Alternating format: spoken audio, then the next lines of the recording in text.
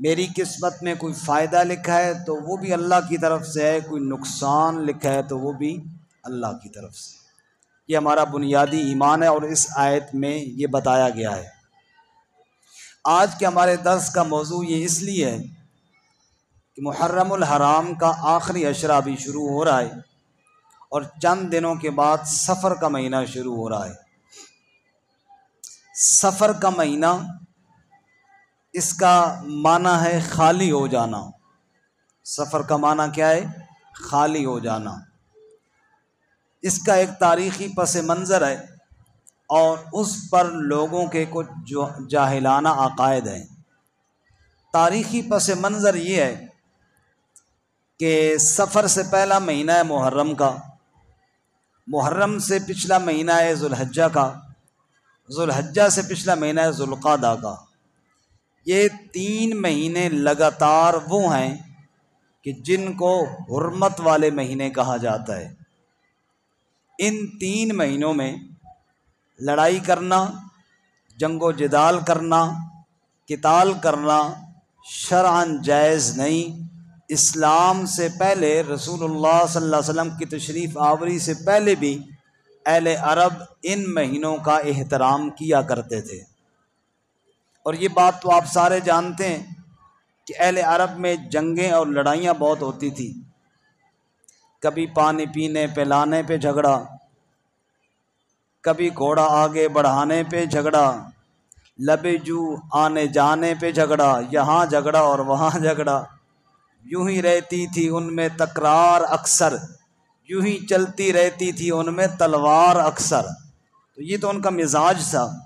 لیکن جب یہ 3 مہینے ذوالقعدہ، ذوالحجہ اور محرم، یہ 3 مہینے جب اکٹھے حرمت والے آتے تو اہل عرب اپنی جنگیں روک دیتے اور کہتے بھائی حرمت والے مہینے اکٹھے آ گئے ہیں 3، ان کا احترام کرو۔ چنانچہ عرب میں یہ 3 مہینے بڑے سلامتی سے گزرتے، جنگیں ختم ہو جاتی، لوگ گھروں میں آتے، اپنے چین سے رہتے، امن سے رہتے۔ لیکن جو ہی محرم اختتام پذیر ہوتا، اگلا مہینہ آتا سفر۔ سفر کا نام اس لیے انہوں نے رکھا ہے کہ اس مہینے میں پھر گھر خالی ہو جاتے اور لوگ تلواریں اٹھاتے پھر میدان میں چلے جاتے۔ بھئی یہ وہ مہینہ ہے جس نے گھروں کو پھر خالی کر دیا ہے۔ اب آپ خود اندازہ فرمائیں کہ سفر کے مہینے نے ان کو لڑائی کا حکم نہیں دیا تھا، نہ اللہ کا حکم ہے، نہ اس مہینے نے ان کو حکم دیا ہے۔ صرف ان کے اپنے مزاج میں لڑائی تھی اور سفر آتا تو گھروں کو چھوڑ کر پھر میدان میں لڑائی کے لیے پہنچ جاتے اور گھر والے پریشان ہوتے۔ ظاہر بات ہے کوئی جنگ کرنا کوئی اچھا کام تو نہیں ہے نا کہ جناب لڑتے رہیں اور گھر لوگ مرتے رہیں اور لاشیں آتی رہیں، نہ گھر کا کوئی کام، نہ گھر پہ توجہ، نہ اولاد کی طرف دھیان۔ تو گھر جب خالی ہوتے سفر کے مہینے میں، ان کے اپنے اس لڑائی جھگڑے والے فعل کی وجہ سے تو انہوں نے بجائے اس کے کہ اپنے اس عمل کو درست کرتے اور سفر کے مہینے میں جنگ جدال چھوڑتے، انہوں نے یہ کہنا شروع کر دیا کہ سفر کا مہینہ بڑا منحوس ہے، نعوذ باللہ، کہ یہ مہینہ جب بھی آتا ہے گھر خالی ہو جاتے ہیں، لاشیں آنا شروع ہو جاتی ہیں، زخم لگنا شروع ہو جاتے ہیں، لوگ کٹنا مرنا شروع ہو جاتے ہیں۔ تو بجائے اس کے کہ اپنے آپ کو ٹھیک کرتے، اللہ کے ایک بنائے ہوئے مہینے کو انہوں نے منحوس کہنا شروع کر دیا۔ تو یہ زمانہ جہالت میں بات مشہور ہوئی کہ سفر کا مہینہ منحوس ہے، نعوذ باللہ۔ پھر جو بات ایک دفعہ رائج ہو جائے نا، ایک دفعہ چل پڑے، وہ دماغ سے کھرچتے کھرچتے صدیاں گزر جاتی ہیں، وہ دماغ سے نہیں نکلتی، چاہے وہ غلطی کیوں نہ ہو۔ چنانچہ آج صدیاں گزر گئی ہیں، اب بھی کئی لوگوں کے دماغ میں یہ بات موجود ہوتی ہے۔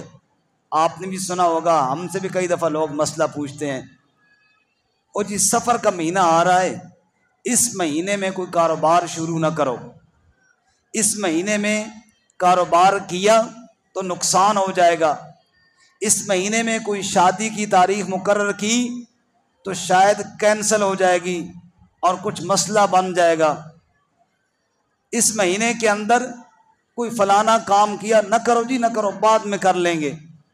تو یہ وہ زمانہ جہالت کا ایک تصور ہے جو صدیوں تک تسلسل کے ساتھ چلا آ رہا ہے.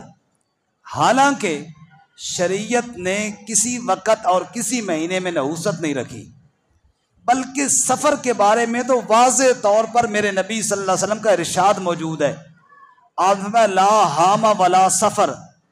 یہ جو سفر کے بارے میں لوگوں نے باطل نظریات بنا رکھے ہیں، ان کی کوئی حقیقت نہیں. آپ نے واضح طور پر سفر کے مہینے کا نام لے کر بتایا کہ یہ باتیں کوئی نہیں ہیں، لیکن پھر بھی چلی آ رہی ہیں.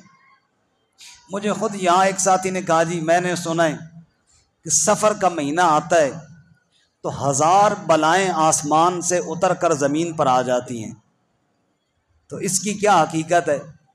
تو میں نے اس سے کہا پہلے تو یہ فیصلہ کرو کہ آسمان پر بلائیں رہتی ہیں یا فرشتے رہتے ہیں. کہتے ہو جی وہ تو فرشتے رہتے ہیں. تو پھر میں نے کہا یہ بات تو سمجھ آ گئی نا کہ بلائیں آسمان پہ نہیں رہتی، آسمان سے آئے تو نورانی فرشتے آئیں گے. تو یہ کس نے آپ کو بتا دیا کہ ادھر سے بلائیں اتر کر زمین میں آ جاتی ہیں؟ تو اس کی کوئی حقیقت نہیں.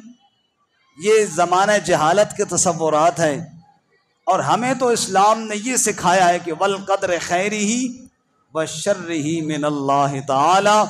میری قسمت میں خیر ہے تو بھی اللہ کی طرف سے، اور کوئی دکھ ہے تو بھی کس کی طرف سے ہے. اگر میں نے دکان ڈالی ہے، کتنے بابرکت وقت میں کیوں نہیں ڈالی، رمضان میں کیوں نہیں ڈالی؟ اگر اللہ تعالیٰ نے نفع نہیں دینا تو اس دکان سے مجھے نفع نہیں ملے گا. اگر میں نے دکان ڈالی ہے سفر کے مہینے میں، اگر اللہ تعالیٰ نے مجھے اس میں سے نفع دینا ہے تو کوئی روک نہیں سکتا. اگر میں نے نکاح کیا ہے، شادی کیا ہے رمضان میں یا سفر میں یا ربیع الاول میں یا محرم میں یا کسی مہینے میں، تو یہ میری قسمت کی بات ہے. اگر اس رشتے نے چلنا ہے تو وہ چل جائے گا، نہیں چلنا ہے تو جس مہینے میں بھی کیا ہے وہ نہیں چلے گا. اس کا کسی مہینے کے ساتھ تعلق نہیں، اس کا تقدیر کے ساتھ تعلق ہے، اور اچھی اور بری تقدیر کس کی طرف سے ہے. اب یہ مسئلہ میرے خیال میں آپ کو سمجھ میں آیا ہوگا. اب اس آیت کو دیکھیے، اس آیت میں اللہ کیا فرماتے ہیں. فرمایا ما یفتح اللہ للناس من رحمت فلا ممسک لها. اوے لوگو سنو، ایمان بناؤ اور یقین بناؤ. ما یفتح اللہ للناس من رحمہ، اگر اللہ تعالیٰ لوگوں کے لیے کوئی رحمت کھول دے، رحمت کا دروازہ کھول دے، فلا ممسک لہا، اللہ کے اس رحمت والے دروازے کھلے ہوئے کو بند کرنے والا پوری کائنات میں کوئی نہیں ہے. اور وما یمسک، اگر اللہ روک لے، اگر اللہ بند کر دے، فلا مرسل لہ من بعدی، اللہ کے علاوہ کوئی کھولنے والا کوئی نہیں ہے. اللہ نفع دینا چاہے کوئی نقصان نہیں دے سکتا، اگر اللہ نقصان دینا چاہے کوئی نفع نہیں دے سکتا. وَهُوَ الْعَزِيزُ الْحَكِيمُ، غالب بھی اللہ ہے، حکمت والا بھی اللہ ہے. جو رب چاہے وہ ہو کر رہتا ہے، اور اللہ کا ہر کام حکمت کے مطابق ہوتا ہے، حکمت کے خلاف کوئی کام نہیں ہوتا. شاعر کہتا ہے جو رب چاہے سو ہی ہو، جو رب چاہے سو ہی ہو، تو دکھ میں اس کے آگے رو، منت کر دامن پھیلا، لا الہ الا اللہ. یہ تو ہمارا ایمان ہے.